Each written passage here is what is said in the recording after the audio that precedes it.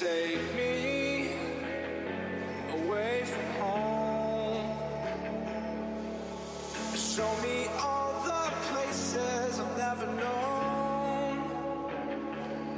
Michel Drucker, bien qu'encore fragile, a tenu à faire un live dans lequel il se rappelle de la dernière interview que Valéry Giscard d'Estaing lui a accordée. Découvrez son témoignage. L'ancien président de la République, Valéry Giscard d'Estaing, est décédé le 2 décembre 2020 des suites de coronavirus. Au lendemain de cette tragédie, Michel Drucker a fait un live dans lequel il partage un souvenir de l'illustre disparu.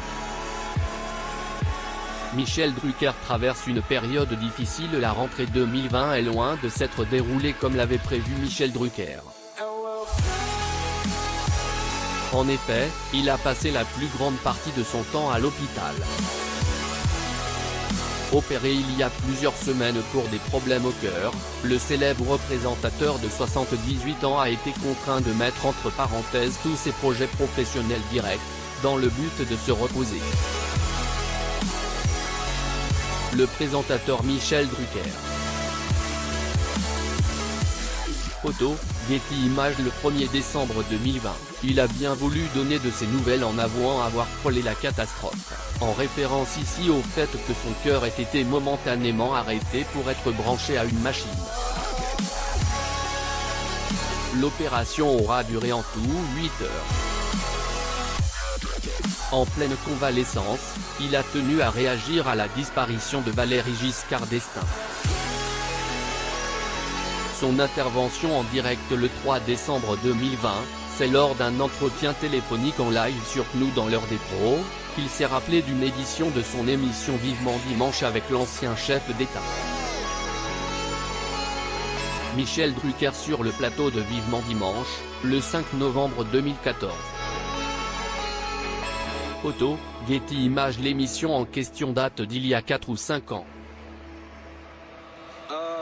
Michel Drucker révèle que l'ancien président, qui était très souvent décrit comme étant hautain et distant, était apparu absolument à l'opposé, démoralisé et déprimé.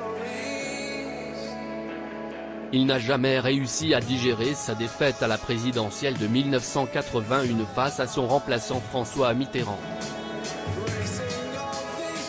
Son échec de 1981. D'après les dires du présentateur, l'ancien président a ressenti un grand désarroi au moment de quitter l'Élysée ce fameux 21 mai 1981.